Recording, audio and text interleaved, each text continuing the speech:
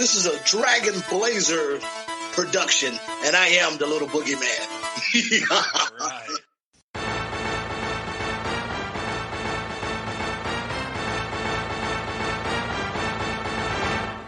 Coming down the aisle, it's the podcast tag team champions of the world, the Rage and Blaze Show.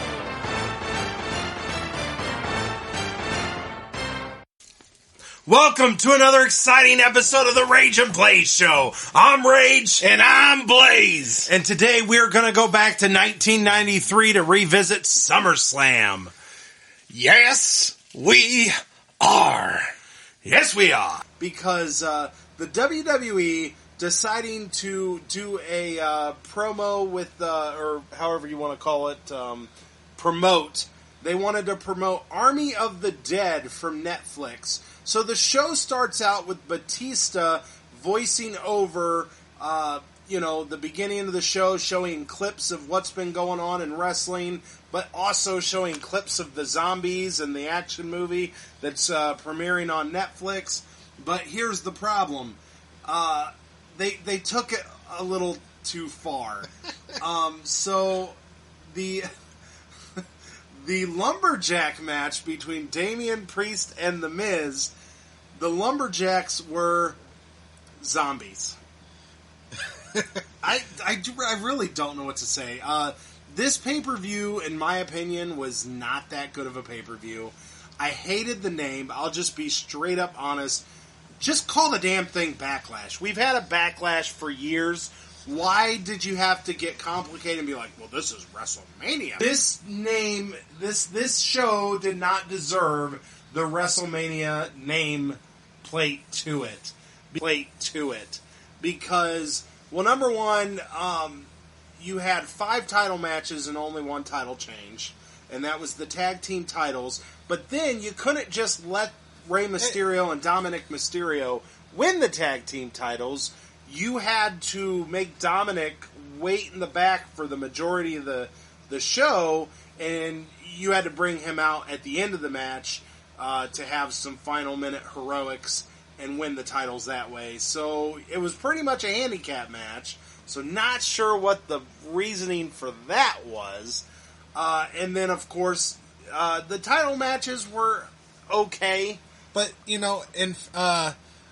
congratulations to Dominic on his first title. Yeah, congrats on Dominic. Congrats to Rey and Dominic for being the first father-son duo to hold the tag team championships in WWE history. The first father-son duo, yes. Wow. This is the first time a father and son has held the tag team titles in the WWE. So that's kind of cool. Congratulations to them.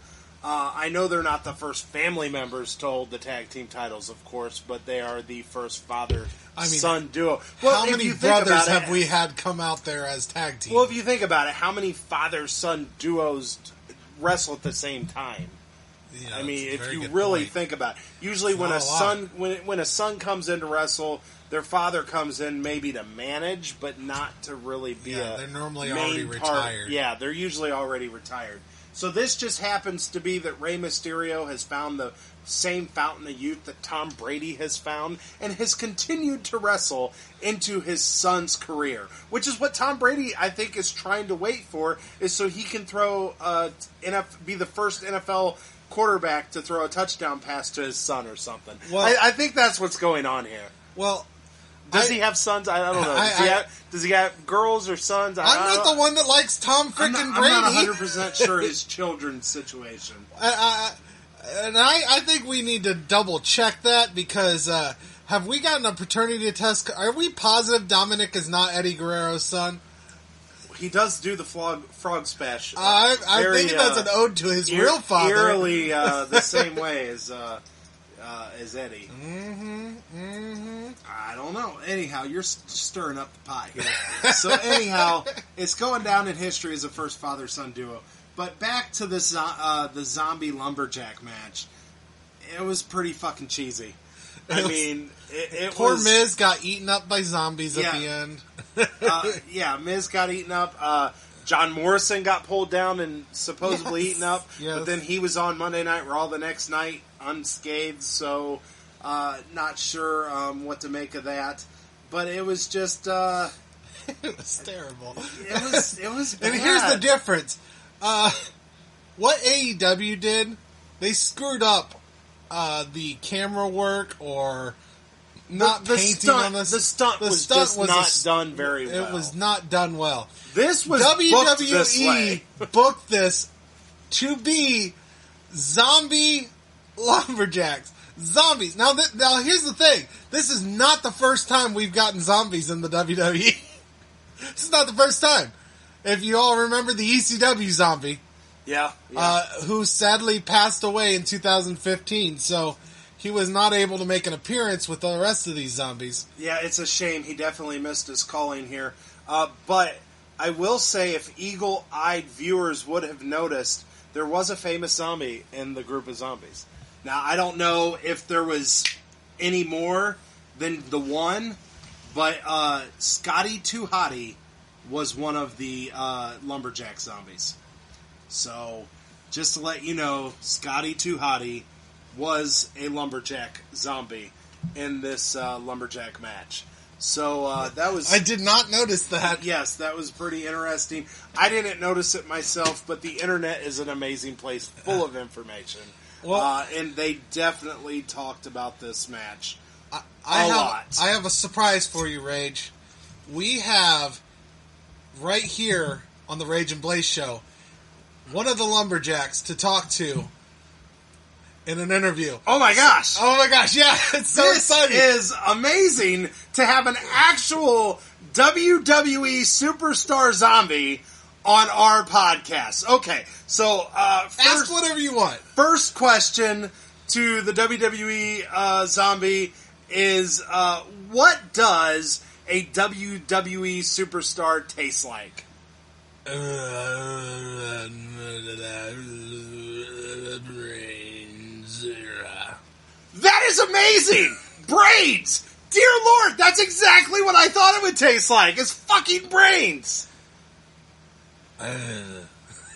This is amazing. I know you're busy. I'm so glad you took the time from... I don't know, what do you do all day when you're not on camera eating people?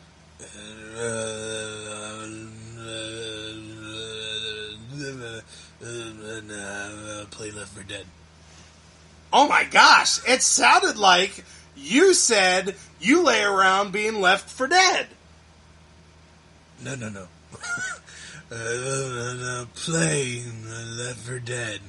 You don't have to play, though. You are already dead. I like to try it from the other side.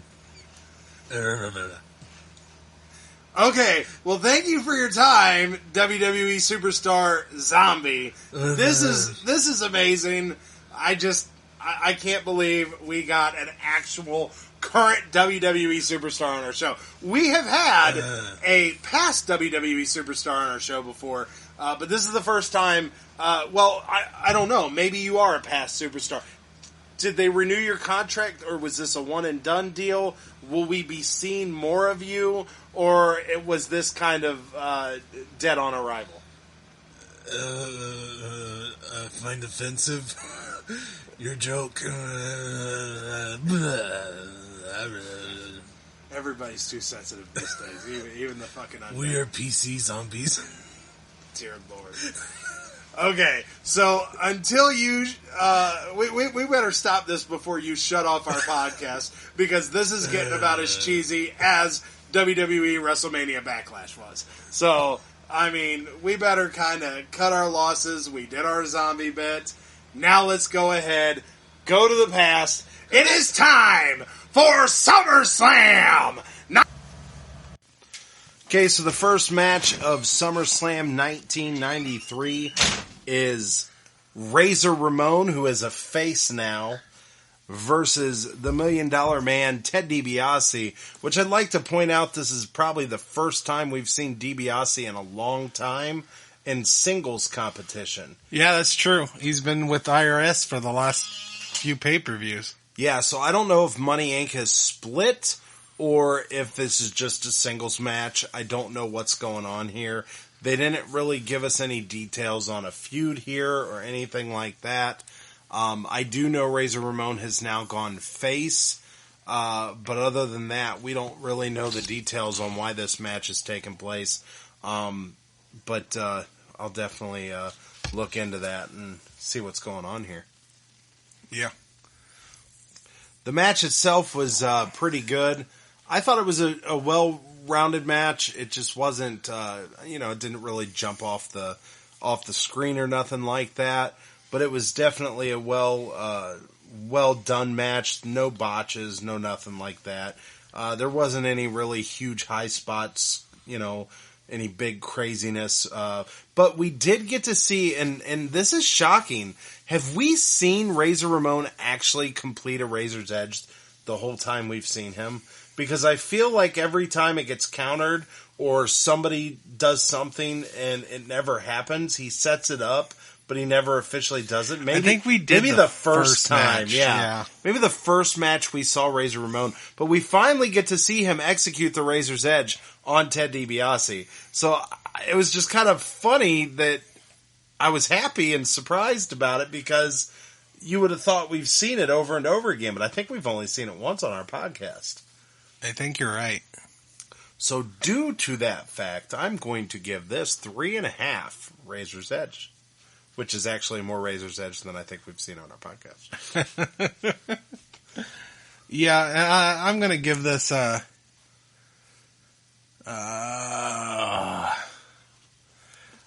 I guess 3 Razor Edge as well. There wasn't really anything that stood out from this match.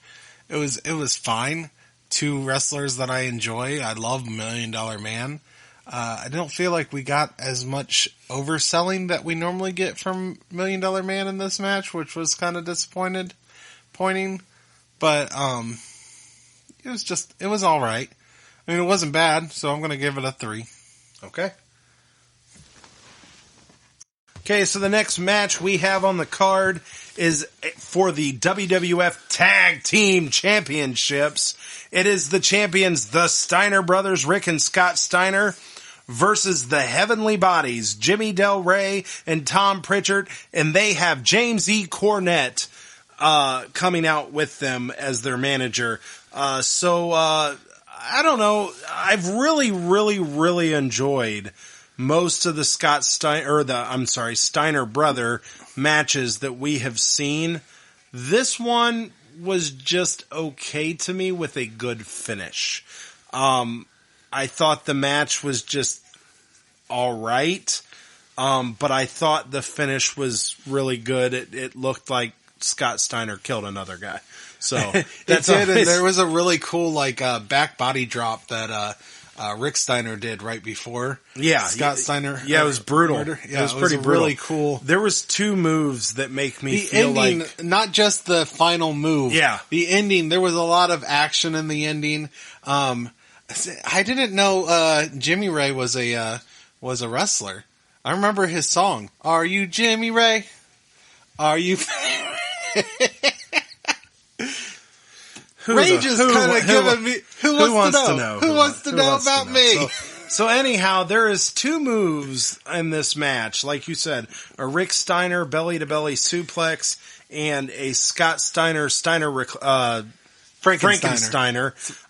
And both moves look like we'll probably never see the Heavenly Bodies again, because I think their necks are probably dead. And I think both moves put them in more jeopardy than Jericho was on AEW Blood and Guts. So definitely.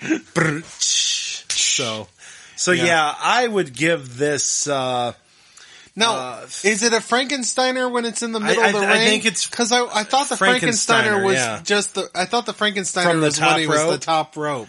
I don't know. Did he call it both ways? I thought that is just called a Frankensteiner, but I don't know.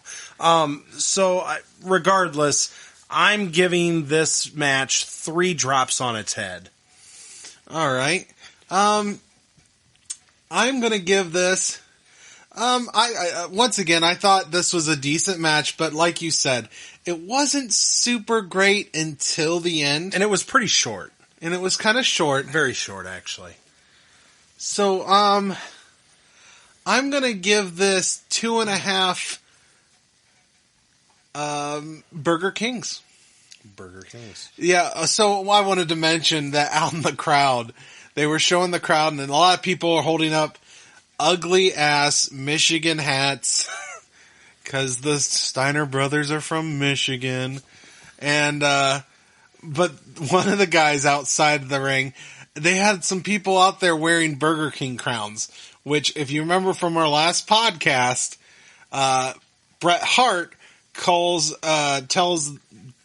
Jerry the King Lawler that he might be the Burger King. So now the fans are out there wearing Burger King crowns, and I appreciate it. I just appreciate it. And I couldn't think of a better idea, so I went with what I saw in the audience. I personally think you should have saved the Burger King score for, I think we're getting a Bret Hart versus Jimmy Lawler match later. I'm hoping there's something better to talk about, but yeah. But hey, you know, you do you. Okay, let's switch it. 2.5 Frankensteiners ? I suppose you can do that, but I think it's going to cheapen the Burger King score already. We'll see. Later in the podcast. I'll try to come up with some better for that one. So I think you should probably put more work into your thinking than AEW does on their stunts. I think I normally do, actually. So in fairness. So in all fairness, we are going to probably rib them for the rest of the show.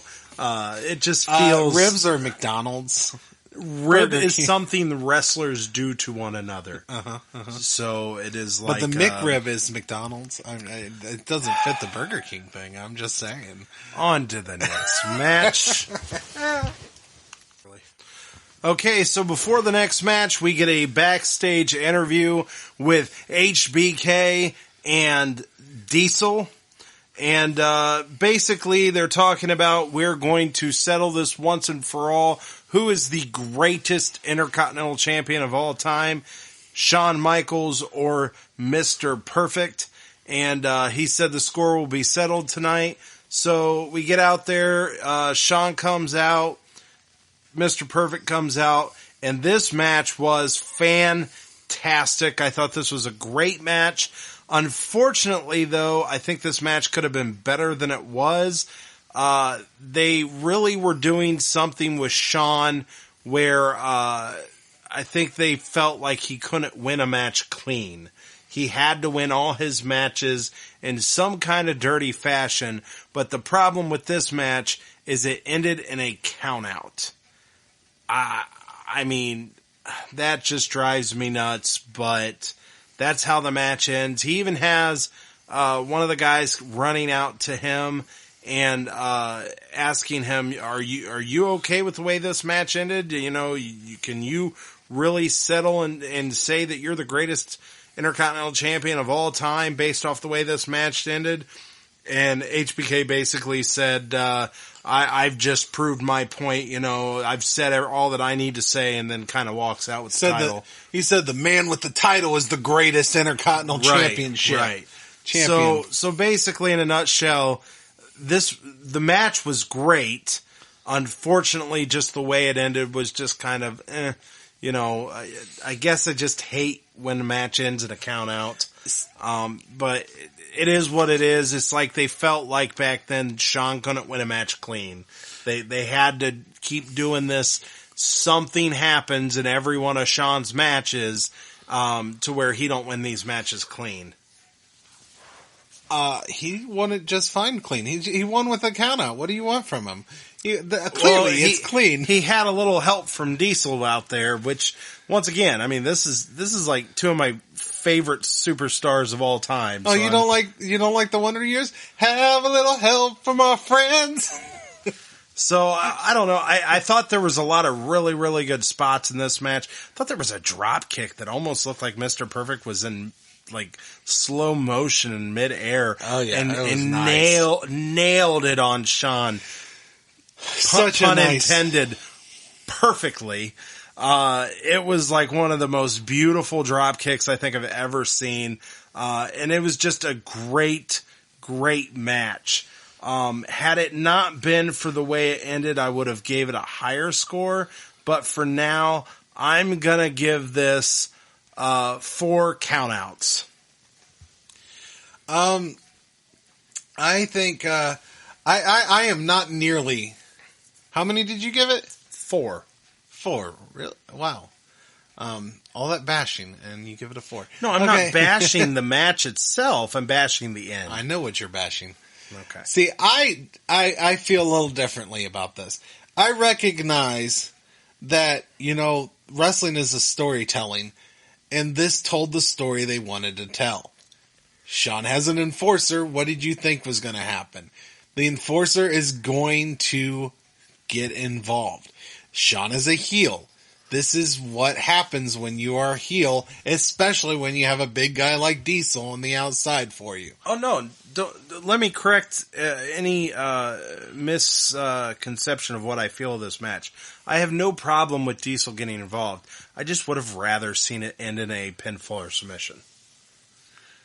So essentially what you wish happened is Diesel gets involved, throws him back in the ring, but doesn't get caught. Throws him back in the ring. I understand what you're saying. Gives Sean a finishing move.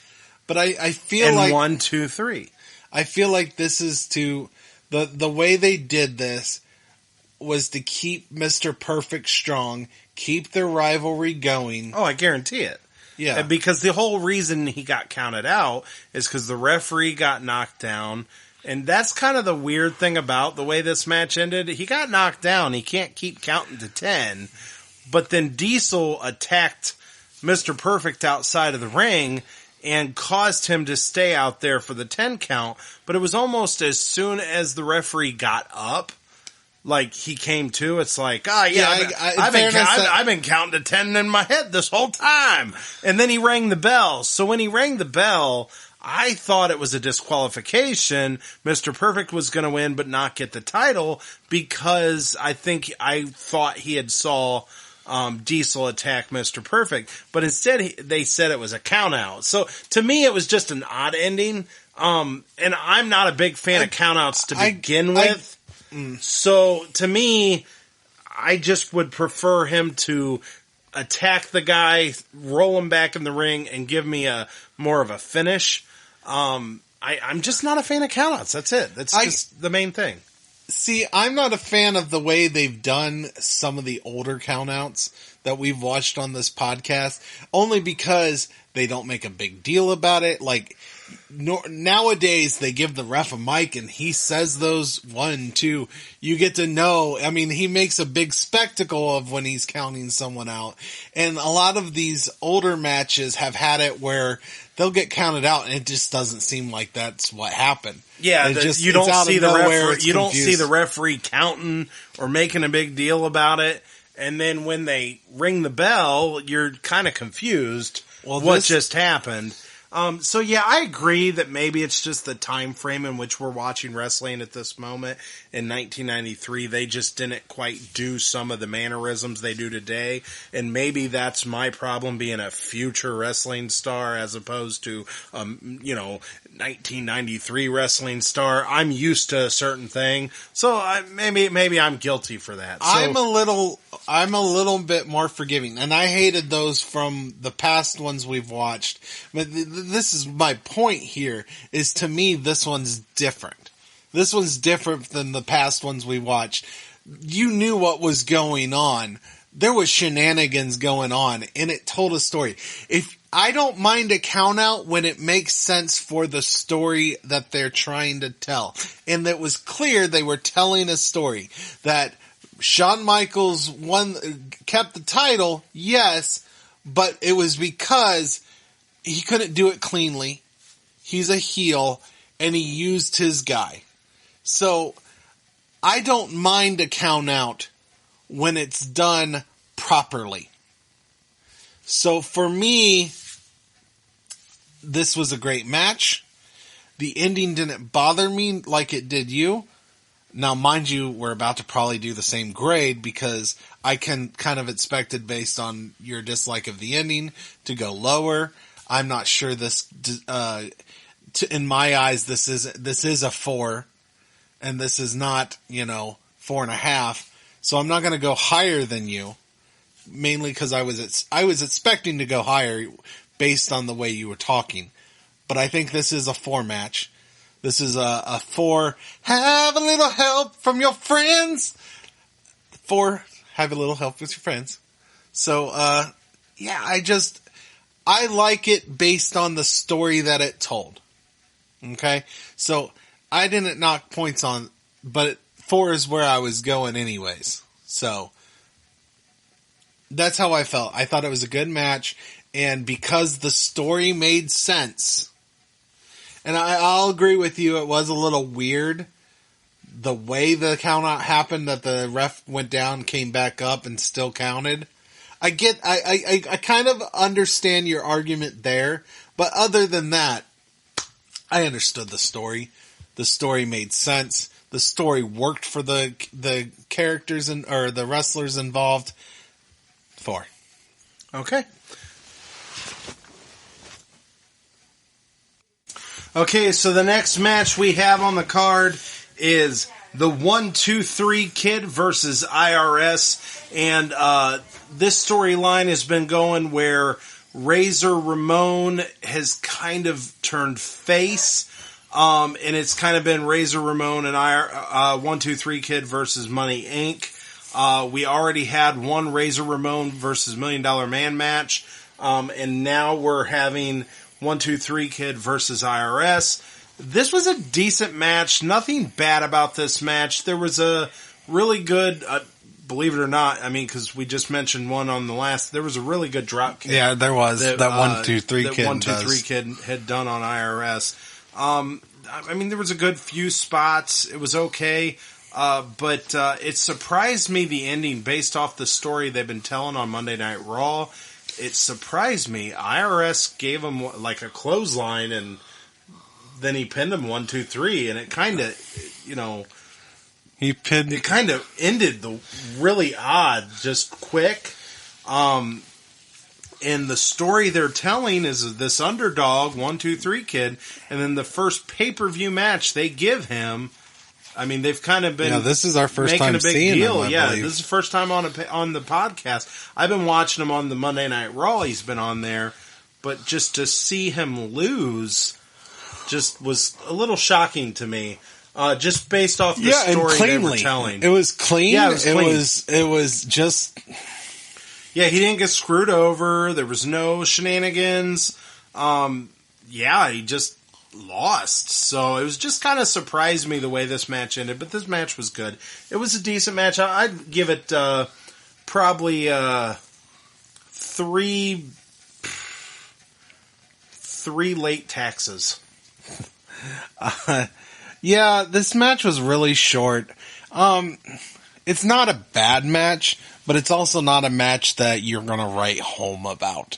I mean, there was that nice drop kick, but other than that, there really wasn't much to talk about. It was just a well-worked match. It was just fine. Nothing, it was fine. Yeah. Nothing jumps out at you as something that was bad. The only thing that really jumped out that was good was the drop kick. It was just by the books. So I'm giving this 2.5. 1, 2, 3. You're out, kid. Oh, wow. Okay, here we go. Okay, so the next match is supposed to be Jerry the King Lawler versus Bret the Hitman Hart. And before the match starts, we get an Owen Hart, and I think his name was Bruce Hart? Bruce Hart. And during the interview, they speak that their father had to have surgery. Their father and mother was supposed to be there tonight, but their father ended up having surgery after the verbal attacks that Jerry the King Lawler put on them during an episode of Monday Night Raw. So there was an episode of Monday Night Raw. Bret Hart had a wrestling match. I can't remember who he was wrestling during the episode. I apologize. But he was wrestling somebody, and during the wrestling match, Jerry the King Lawler went up to Bret Hart's parents and was verbally making jokes and constantly egging them on while Bret Hart was actually wrestling in this match. So Bret Hart actually leaves the match, gets counted out to go after Jerry the King Lawler. And during all this, and I don't know what's kayfabe and what's not, I'm not sure what was, what really happened. But based off of what Owen Hart's saying is after the verbal attacks, their dad ended up twisting his knee during this whole situation. And so even though Jerry the King Lawler never physically attacked him, they're blaming him. And it might have been real life. He twisted his knee and they're just utilizing it for the story. Yeah. Or whatever the reality was. He had to have surgery, so he was not at SummerSlam to watch his son face Jerry the King Lawler.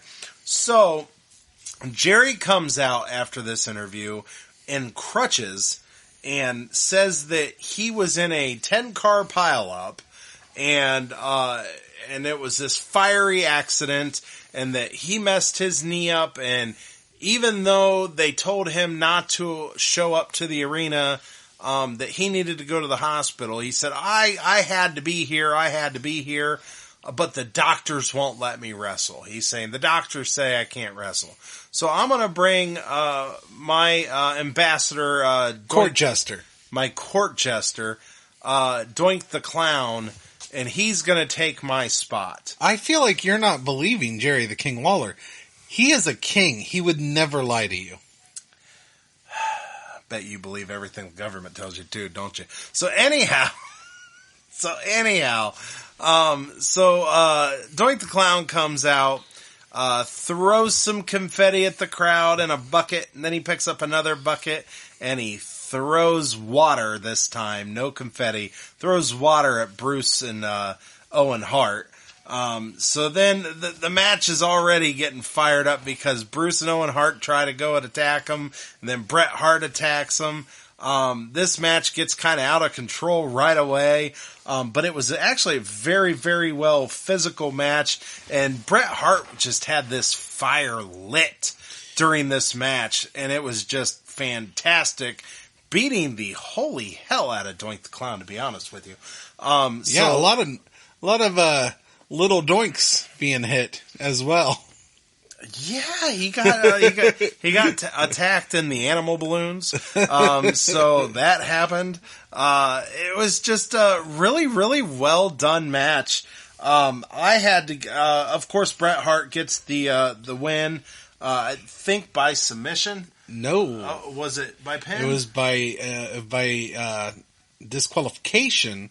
Because Jerry the King Lawler comes in with a crutch and starts beating the shit out of Bret the Hitman Hart. He had the sharpshooter on. He had the sharpshooter on. He had the sharpshooter on Doink. Doink didn't submit. You're right.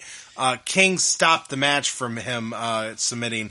King came in, attacked him with the crutches. It was a miracle. King's legs started feeling better after obviously the truth happened, and that car pileup happened, and his leg just started feeling better. According during the match, according to Bobby the Brain Heenan, he heard that King got out of his car and saved about 25 children out of a fiery bus.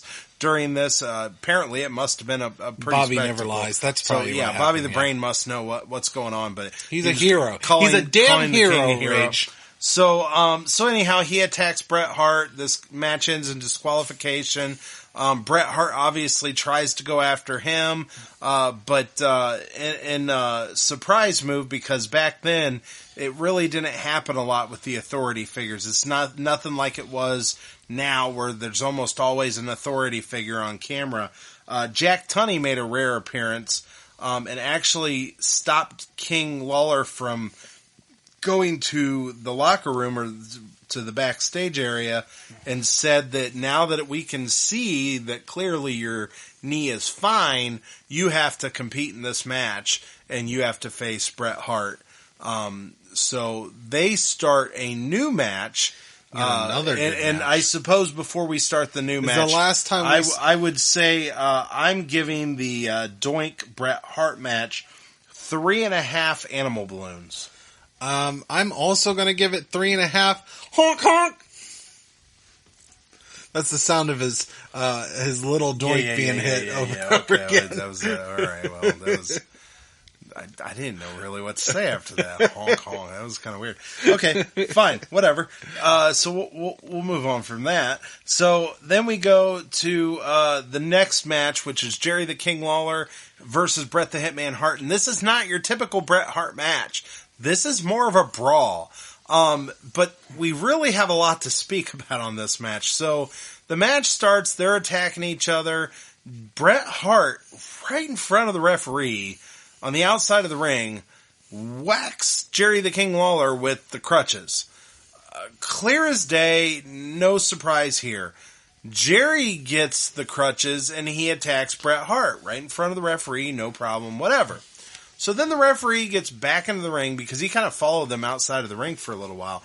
But he gets out of the ring or back in the ring, and then all of a sudden you see Jerry the King Lawler choking Bret Hart with the crutches, and almost making sure the referee couldn't see him because he didn't want to get disqualified. But it was actually kind of fun. It didn't make a lot of sense based on the fact that the ref was like, "Yeah, go ahead." I think the theory I have is that because they're crutches, they're not technically weapons because they're a medical usage device. What the fuck ever. So anyhow, so the weird thing about this was that he was worried about getting disqualified for the rest of the match with these crutches. And he utilized these crutches and he played these games with the referee several times afterwards. But we're talking about just a couple minutes before this. They were whacking each other with the crutches and right in front of the referee, and it wasn't a big deal. So I was kind of curious where the rules had changed in the middle of the match. So it was a very odd thing. Almost like the referee forgot that, we can't really be whacking each other with is it possible? Weapons. Is it possible all that happened before the bell rang? I think the bell rang. They were already in the ring at some point. Anyhow, who knows? Not before they hit each other with the crutches. Okay, but based off that logic, he was choking them outside the ring before they got back into the ring. Well, maybe that at that time, the ref was trying to tell him to get in the ring to start the match. Okay, well, you're trying to make a huge explanation out of something. I'm trying to figure this out where it's logical, okay? But I have to say that Jerry the King Lawler's antics in this match was actually really fun. I enjoyed him hiding the crutch behind his back and just like he's a child. Just trying to hide the toy he's not supposed to be playing with. Jerry the King Lawler kind of impressed me a bit with this match. I haven't really got to see a lot of Jerry the King Lawler. I've seen him as a commentator, and I've seen him wrestle way past his prime. But he was a fun heel in this match. I think he was a fun heel in the match. Not quite the same, but almost shades of Eddie Guerrero. Just maybe the way he was healing it up. You know what I mean? I was thinking a fun way of healing. I was thinking it reminded me of $1 Million Man antics, except for without a lot of the overselling, but the please don't in the ring, and he tried to get them to shake his hand in the ring. He told a story. Now, nothing I saw showed great wrestling from Jerry the King Lawler, personally, but his storytelling in the ring was actually a lot of fun. Right. So, yeah, anyhow, this was a lot of fun. I really, really, really enjoyed this match. It just was not your typical great wrestling, technical match that you usually see Bret Hart. It was a little different.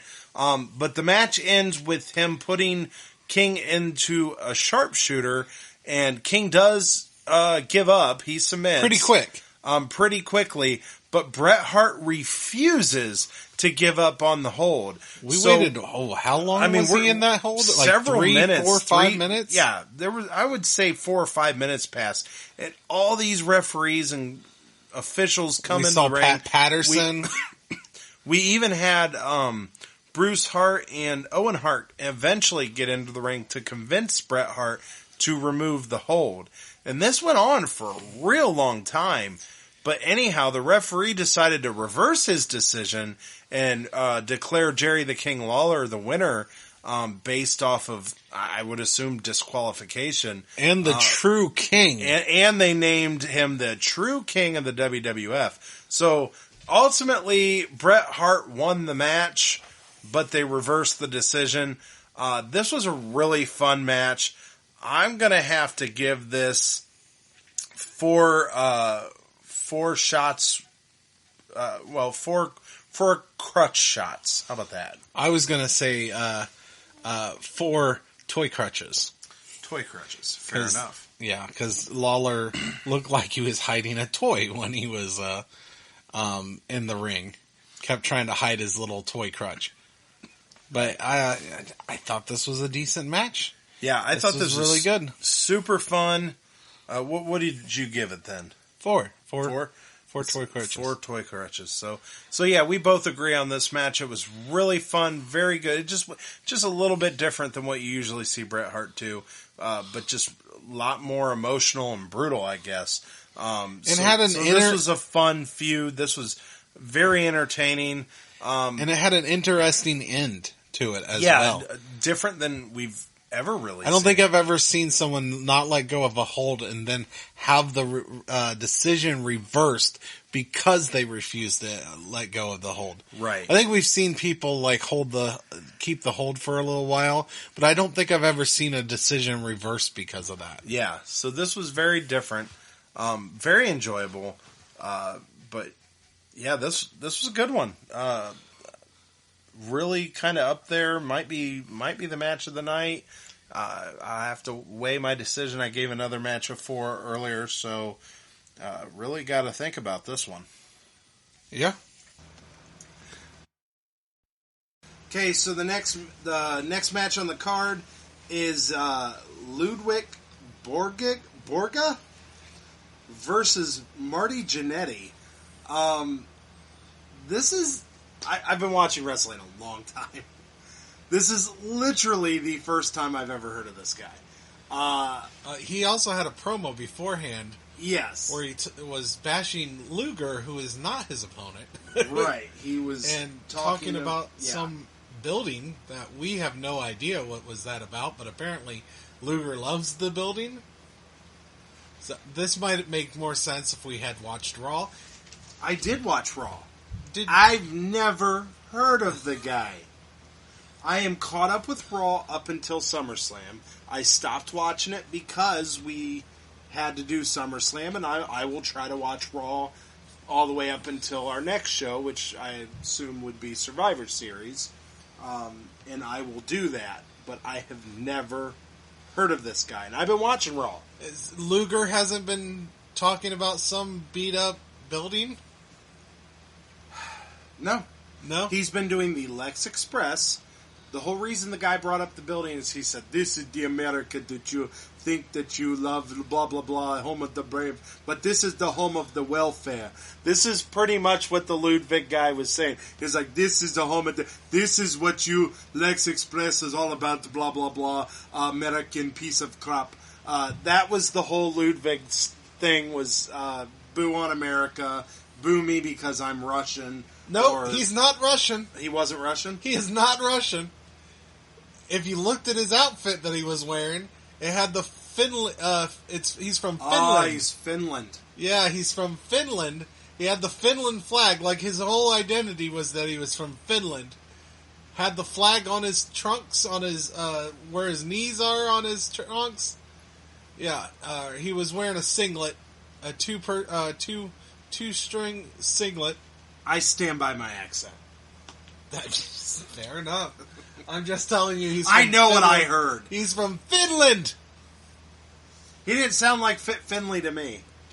Well, he's not Fit Finley. He's Ludwig or whatever. With a name like that, I thought he was Russian. I thought he was one of the Koopa kids. Who? You know, Ludwig von Koopa?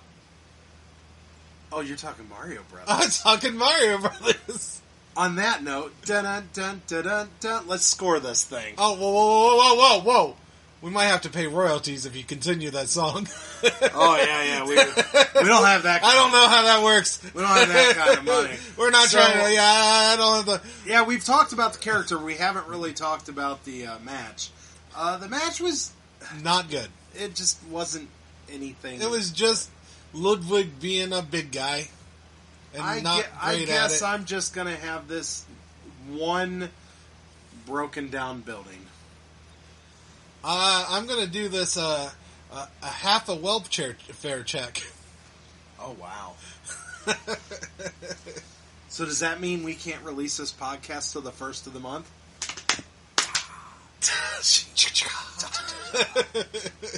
It was right there, people. I had to take it. Okay, so we're not going to waste much more time on this. Let's go ahead and move on with the show. Okay, so the next match is a Rest in Peace match. Rest in peace? Would you like to do this podcast? I know. Paul Bearer came out. He's alive. Well, thank you for the spoiler alert. So, it is a Rest in Peace match, and they never really explain what a Rest in Peace match is. But it seemed to be just a no disqualification It's just a match. Well, he used a chair and stuff, so... Okay, so no disqualification. So I'm guessing no disqualification match. This was against Undertaker versus the Giant Gonzalez, and it was there. It wasn't horrible, but it wasn't great. It was just kind of one of those. I think Giant Gonzalez is very limited. Yeah. It told a little bit of a story, so that kind of helped it. Paul Bearer had been missing in action for a while. They thought Paul Bearer was dead. And then now all of a sudden, I always Paul thought Bearer comes out in the middle of the match carrying a black reef, which if you'd been watching Monday Night Raw, these black reefs were showing up. But the funny thing is they wasn't showing up really for Giant Gonzalez. They were showing up for Mr. Hughes, is who they were showing up for. Mr. Hughes never made an appearance in this match. So very kind of odd the way they do things, like, because he's kind of feuding with Mr. Hughes, but he's also feuding with Giant Gonzalez. It's just kind of odd situation. But anyhow, Paul Bearer comes out. He just doesn't know who he likes clotheslines Harvey Whippleman, huh? I said he just doesn't know who he likes more. Yeah. You know? So he clotheslines Harvey Whippleman, and then all of a sudden he gets the urn back, and as soon as Paul Bearer has the urn, the Undertaker gets the power to fight back Giant Gonzalez, which, by the way, Undertaker was losing. You know, looked like he was getting beat up pretty bad. And then, of course, the urn changed everything. One disappointment is we didn't get to see a Tombstone Piledriver. No. Which I'm guessing is because that's really hard to do on Giant Gonzalez. So instead we got like a flying clothesline instead as the finisher. Yeah, we didn't even get a choke slam. We did get a choke slam, not from The Undertaker though. That wasn't a choke slam. It was from Giant Gonzalez to Harvey Whippleman, and it looked like he in slow-mo laid him down. I could have lifted Harvey Whippleman higher than what Giant Gonzalez did with his choke slam of Harvey Whippleman. Yeah, it was pretty... It was terrible. It was pretty soft. Absolutely horrible. So I'm going to have to give this match 3 black reefs. I don't know if 3 is kind of high. 3 is kind of high. This wasn't a great match.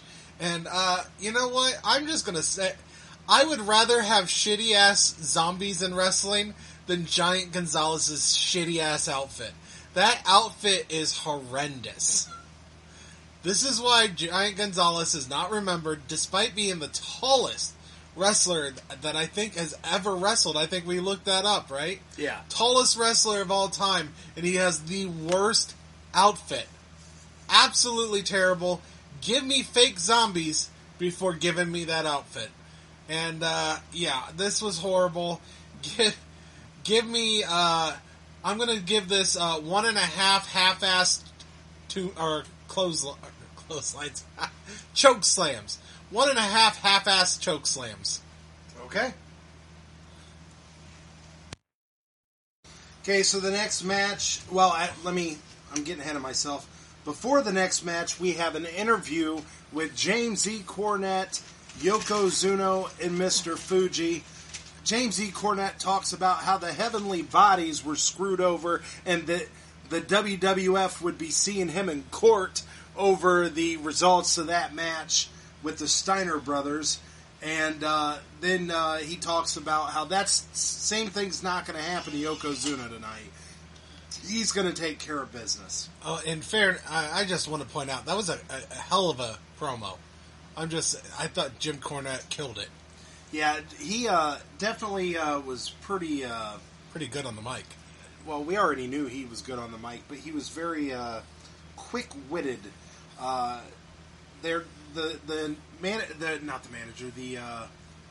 The guy Interviewer? doing the interview talked about many mysteries tonight. Talking about Paul Bearer, talking about there was another mystery. Talking about all these many mysteries that had happened tonight, and. Cornette, of course, looked at him and he goes, "The biggest mystery of the night is knowing how you still have a job here." Yeah, I believe the other one was Jerry the King Lawler's injury. Oh, Jerry the King Lawler's miraculous recovery from his broken leg or whatever. So, but yeah, Cornette definitely had a few little quips there that was pretty entertaining. He is definitely fun on the mic. I watched Dark Side of the Ring, and he's always on there doing interviews, and I just think he's one of the better ones during the interviews. Definitely the one during the Brawl for All, where they talk about the Brawl for All. He really does not like Vince Russo. And he does not hide it in the slightest. It's a very entertaining episode of Dark Side of the Ring. I suggest you check that out. Very good show. Anyhow, I've completed 2 seasons. I haven't started season 3 yet, but I've watched the majority of it. Very entertaining stuff. Very informative. And New Jack, by the way, we didn't mention at the beginning of the podcast. Rest in peace. New Jack has passed away. And I had just watched the Dark Side of the Ring episode of New Jack right before he had passed away. I mean, we're talking within days of before he passed away. So yeah, rest in peace, New Jack. But he was crazy. Yeah, he stabbed his last man. He stabbed a guy 9 times in the middle of a ring because the guy offended him in some way. Just unbelievable the things this guy got away did. with. Well, yeah, got away with and did to begin with. But anyhow, moving on. So we're about to have a 6-man tag match. It is the Smoking Guns, Bart and Billy Gunn, and Tatanka versus Bam Bam Bigelow and the Head Shringers, Fatu and Samu, and Afa and Luna Vachon comes out with all of them. And I thought this match was really fun. Yeah, this was a very fun match. Yeah. I enjoyed this very much. One of my favorite matches of the night. I'll tell you what, there was a lot of good spots. I really enjoyed the spot where it looked like Tatanka was about to die in the middle of the ring. Because you had Bam Bam Bigelow, you had Fatu and Samu all jumping off the top rope, all at the same time to go after Tatanka. To do flying headbutts. Yeah, they were all doing flying headbutts, and of course Tatanka gets out of the way and they all just drop, and then the end of the match happens. But I thought that was a really, really neat spot, seeing 3 guys, big guys too, jumping after Tatanka. I thought that was a really fun finish. I also really enjoyed the Tatanka doing his, stomping around his battle cry and getting ready to, how he powers up and, stomps the ring, and then Bam Bam just does a flying kick to the back of the head, knocking out Tatanka and then spitting on him. So I thought that was a really cool spot. So there was a lot of fun spots in this match. A little lackluster in the ending. It was a roll-up, but it was after that really cool 3-person flying headbutt that he avoided, and then the Bart and Billy Gunn come into the ring, take out the other two, and then Tatanka gets the roll-up pin. So it was just a fun match. Yeah, definitely. I really had a lot of fun with this match. I'm going to give it 4 failed flying headbutts. See, I was going to similar, except for I was going to go with, you know what, I'll go 4. No, it should be 3. But we're going to go 4 flying head what? Fair enough. So, yeah. Yeah, I know. To make sense, it should be a 3, but I thought this deserved it more deserved than a higher 3. than a 3. So I had to really give it. did. I had to give it 4. I'm giving it the Bam Bam, Samu, and Fatu, and then our show. Failed flying headbutts. So there you go. So There's we failed on our flying headbutts. We failed on our flying headbutts. Okay. Definitely with the beginning of the show, interviewing a zombie. I think we're better than that. No, we're not. We really aren't. That was one of my favorite spots.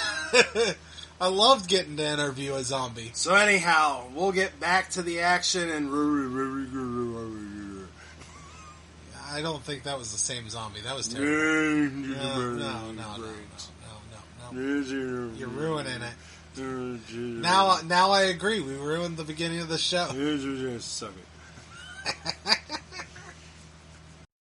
Okay, so before the main event, we get some interviews. We get an interview with the Lex Express driver. So that was exciting. Who was the other interview? There was somebody after the Lex Express driver. I was mesmerized by the Lex Express driver. So getting an interview. Yeah. So, so it was just kind of odd. They're really, really, really building up Lex Luger for this match. I don't think he has had a single match since the Stars and Stripes challenge where he body slams Yokozuna, which wasn't even a televised thing, but they showed the footage on Monday Night Raw. But instead, he's been traveling the country in this bus, which apparently gets ready for a main event match. I don't know. We did get the Yokozuna had someone come down and sing the Japanese national anthem. Yes, that's something that did happen. It did. We also had Macho Man come out and announce Aaron Neville, country singer, as he sang the pop and whatever. Anyhow, he was a country singer. He came out and sang the national anthem, or was it the national anthem or America the Beautiful? He sang a patriotic song. Yes. But the weird thing is usually like at WrestleMania, they do that at the beginning of the show. No, instead, they do this in front of the main event, all to promote Lex Luger. Just want to point this out. The level of them trying to make Lex Luger the next Hulk Hogan is amazing. Yeah, it's kind of laughable at this point. It is very laughable. The way they were going. And keep in mind, this show took place August 30th, 1993. For those of you who don't know, this looked like a July 4th celebration pay-per-view, and that was almost 2 months ago, based off of when this aired. So all the patriotic stuff was specifically for Lex Luger, not... Yeah. It'd be one thing if this was like around July 4th, we're celebrating, and, he's our American Patriot wrestler. Also remember the last time we seen Lex Luger, he was the narcissist. And now he's this jolly good, going to see little kids and everything that are having cancer problems. I mean, they're really, really, really pushing for him to be the next big American hero. Yeah, so anyhow, so then we finally get the match. Yokozuna. Oh no! Before we get the match, we get a Japanese national anthem sang. and that was done by Akio Sato, formerly a member of the Orient Express. Oh, that's a wrestler? Yes. Oh, wow. So we get that. And then we finally get this match. And when Lex Luger was the narcissist, he had to wear this brace over his forearm due to the fact that he had surgery and he's got a metal plate put in his forearm. And they made a big deal about this. So, as a heel, he was told, you have to wear this brace to wrestle in the match. And it was like, oh, that's bullshit. Well, now, as a face, he was told he had to wear it before the match. And he's like, I'm fine with that, whatever we need to do, blah, blah, blah. He was all gung-ho. Because he's now an know. American hero. Here's the problem, okay? If you're going to do what they did with Lex Luger, this is what you do. You let him be gone for at least 6 months before you introduce him as the next American hero. Because I feel like this... How quickly he changed from the narcissist when he had half-naked woman come out with mirrors around him to now he's this lovable American hero. It was just way too quick. Way too quick. They should have done what they were gonna do before Hulk Hogan ruined everything and made the next big star Bret the Hitman Hart, and he didn't even have to change his gimmick. Bret Hart was already perfect. Not very patriotic, though. He's Canadian. Don't give a crap. He's Canadian. Don't give a crap. So anyhow, regardless, this match, actually, I really, really, really enjoyed this match. I thought it was actually a very well done, very well wrestled match, and I actually probably one of my best Lex Luger matches I've seen. This was entertaining all throughout the whole thing. The one thing that got me, though, is keep in mind, this is face Lex Luger now. Lex Express, this is not heel Lex Luger. He still pulls down the brace and whacks Yokozuna in the head with the metal plate, which knocks him out of the ring, out cold, and he gets the 10 count, and that is how this match ends, is with a count out. And, so let's and Lex Luger, hold on, Lex Luger celebrated this count out win, no championship. Did not win. Did not win the championship, but he wins the match, and they celebrate with balloons and guys coming out and hoisting him up on their shoulders. It was like he won the freaking Super Bowl. Yeah, I was going to say, acted like he won the Super Bowl. This guy acted like this is the biggest win in his career, and they don't flip the title. It might be his biggest win of his career. However, the fact that he didn't win the title, he won it with a count out, it was a little over the top. A little bit. Yeah, I've never seen anybody that happy to win a title match and not win the title in the fashion in which he won that match. I don't know. Odd. In fairness, they want him to be the next Hulk Hogan. This is exactly how Hulk Hogan would have won this match. If he would have won and not won the title, he would have been posing for like 30 minutes. And we'd like to point out that we apologize to Hulk Hogan. We missed the pandering to the crowd because instead, Lex Luger got a music video package. A sappy musical video of him traveling around the United States in the Lex Express. And the only part, after the win. The only footage of him actually wrestling is the Stars and Stripes challenge. That wasn't even a match, was it?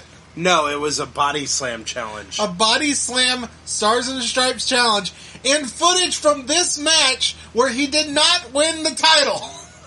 That is the only wrestling footage of they have this sappy music video of him going around. And most of it's him like with little kids. In his I'd like to point out there was a part of the footage where it showed him napping on the bus. They actually had so little footage to show you that they showed him napping on the bus. This was like the biggest over-the-top ending for someone to get a count-out win in the main event when he was facing for the title that I've literally ever seen in my entire life. You ever seen the meme where it shows like somebody, it's a cartoon drawing of somebody shaking the wine bottle and the bottle is exploding and he's all celebrating, and it was like, the one meme I saw was AEW wins in the ratings and he's shaking the champagne bottle, celebrating, spraying the champagne on all over the girls, and then they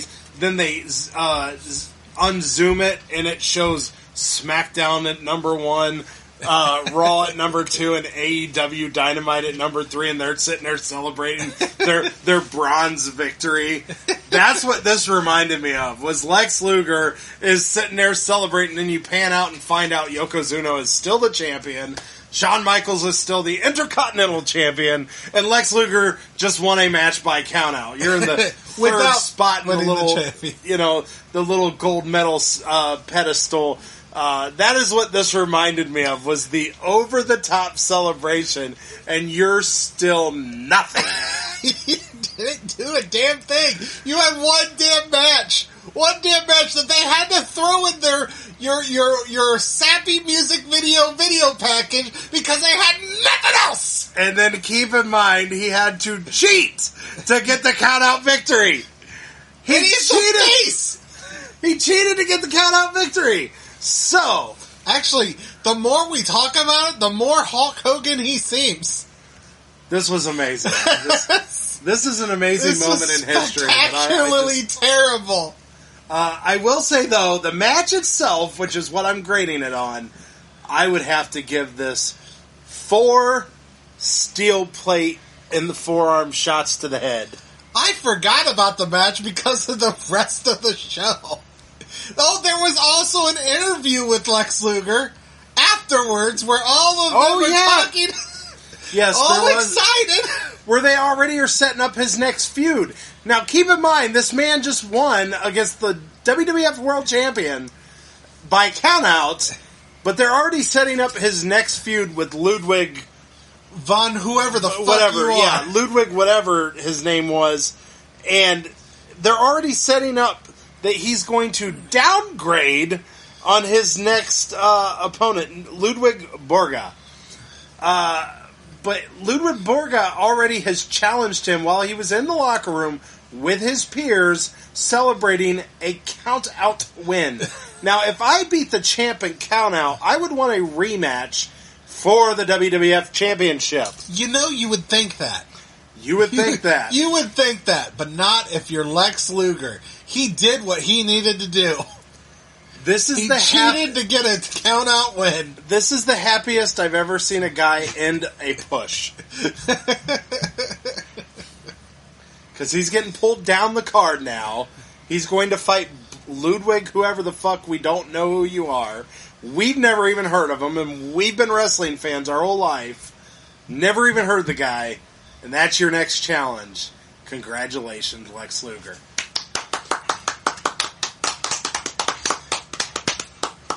Okay, so I gave this a 4. What did you give it? And keep in mind the match. Right, I'm trying to think here because all I can think about is this celebration for this match. That I suppose you're right. It wasn't a bad match. It was an all right match. Ugh. What do I give this? I'm having a hard time deciding. Because in fairness, as bad as this was, are you not entertained? I'm entertained! I had so much fun with this terrible win! But I'm going to have to give this 3.5. Celebrate good times. Come on! It's a celebration. Nothing at all. I don't think I can support that. I'm celebrating this win. So there it is. That is the That is it. That is it for SummerSlam 93. Let's go ahead and talk about the matches and rank our SummerSlams. All right. Favorite match of the night. Okay, so best match of the night. This is an odd one because I gave quite a few 4s. I never gave anything more than a 4, but I gave multiple matches a 4. HBK versus Mr. Perfect, Bret Hart versus Jerry the King Lawler, and I also gave the Yokozuna Lex Luger match a 4, and the 6-man tag match a 4.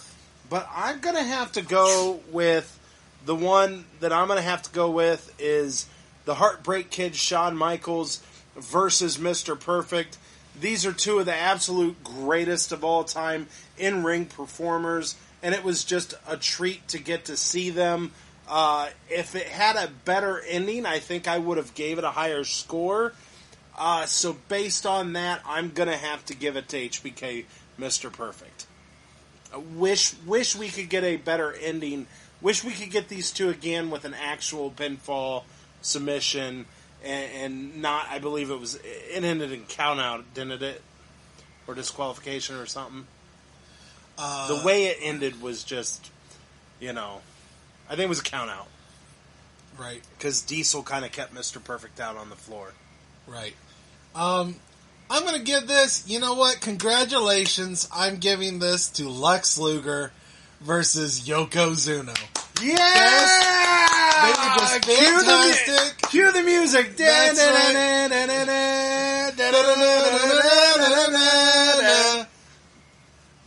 Yep, that's what I'm going with. I'm going with Lex Luger versus Yokozuna as my best match of the night. And from there, we have lost Janessa. She is out.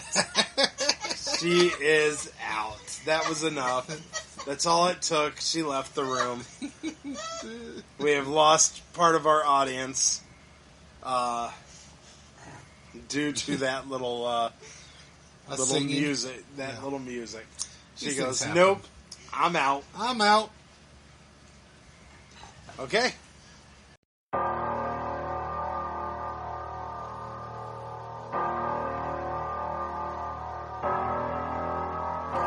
Worst match of the night. Okay, so worst match of the night, I think, was very, very easy, for me at least. Ludwig Borga versus Marty Jannetty was just a stain on this show. I actually thought this show was pretty good. There wasn't a lot of stinkers, but that would have been one of them that definitely brought this show down. It just didn't really bring any value. Never heard of Ludwig Borga.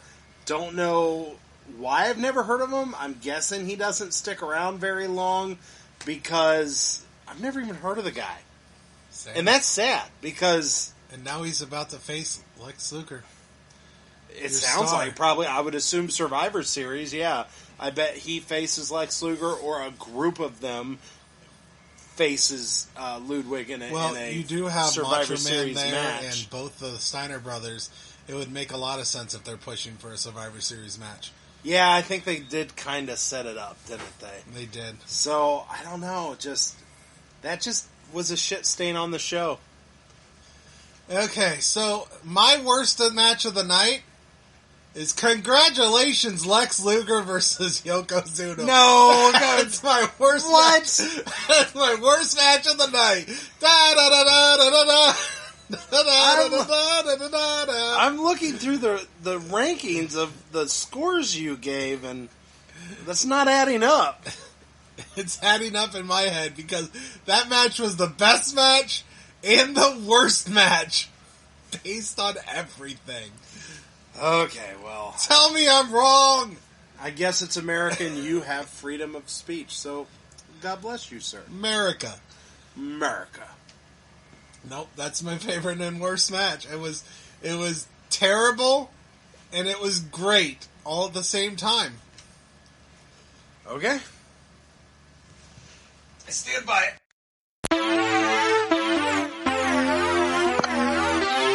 SummerSlam rankings. Okay, so it's time to go ahead and rank these, and this will be the first time that I've kind of bucked the trend. Usually, it's been pretty easy for SummerSlam. It's been 5, 4, 3, 2, 1. You know, so it's kind of just gotten better and better after each show. But this time, I'm going to change this because I don't think this surpasses number 5. So I'm going to keep number 5 at my number 1. SummerSlam 93, so number 6 I'm going to slide down to number 2. I thought this had a lot of solid, good matches, but number 5 had a couple really good matches. Yeah. So I'm going to keep that at number 1. Number 2 is going to be number 6. Then I'm going to continue 4, 3, 2, and 1 as the rest of my list. I'm kind of agreeing with you on all that, really. I'm going with number 5 to stay at the top. And then after number 5, I am going to go number 6 this SummerSlam. After that, I have 3, 4, 2, 1. That is my SummerSlam list. Okay. I kind of absolutely agree with you. I do think that number 5 is still definitely the best SummerSlam we've seen so far. It had 2 fantastic matches, so this was a decent, solid SummerSlam. So it deserves the second place, but doesn't deserve to beat 5. Okay. So that is it for this coverage of SummerSlam 93. I hope you join us the next episode. We'll be covering Survivor Series, and that'll round up our 93. We'll move moving into 94. We're getting closer and closer to that Attitude Era. We're getting there. We are getting there. And we're also getting close to having some in-your-house pay-per-views. I believe 94 is the last year that we'll have... Well, we'll have the 4 major, and then we'll have King of the Ring that was just added for 93. But then in 1995, we start getting in-your-house pay-per-views pretty much on a regular basis. Yeah. So that is what's going on there. So this has been the Rage and Blaze Show. I'm Rage. And I'm ready to plug those pluggables. Yeah, let's do that. It's dead. We should do that. So you can find the Rage and Blaze Show on Facebook, at the Rage and Blaze Show on Instagram, and at Ricky Rayberg on Twitter. And you find me on the Facebooks, the Instagrams, the YouTubes, on Dragon Blazer Productions. You can find me on Twitter at Dragon Blazer Pro, and you can also give us a phone call if you have any opinions, thoughts on what we've said. If you loved the zombie interview that we did, feel free to call us at 567-443-0663. That is the official Rage and Blaze phone number that you can give us a call. You can leave a message, and we can put it on the show for you.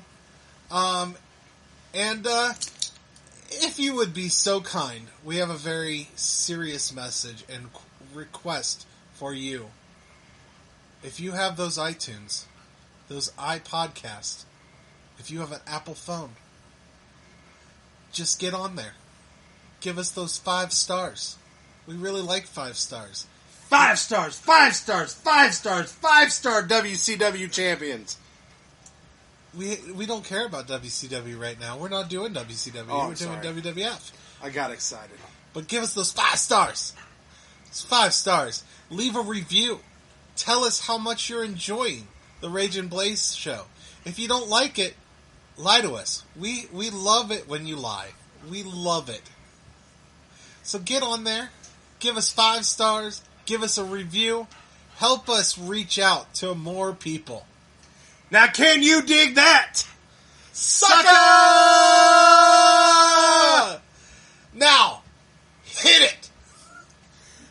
This has been the Rage and Blaze Show. I'm Rage. And I'm Blaze. And good night from Rage's Pit.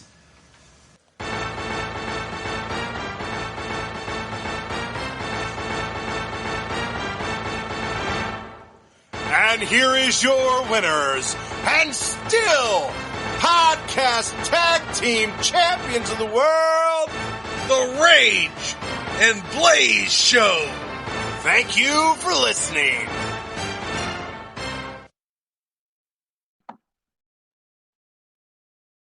Hey everyone, this is Blaze from the Rage and Blaze and the Boomer and Blaze Show. Thank you for watching.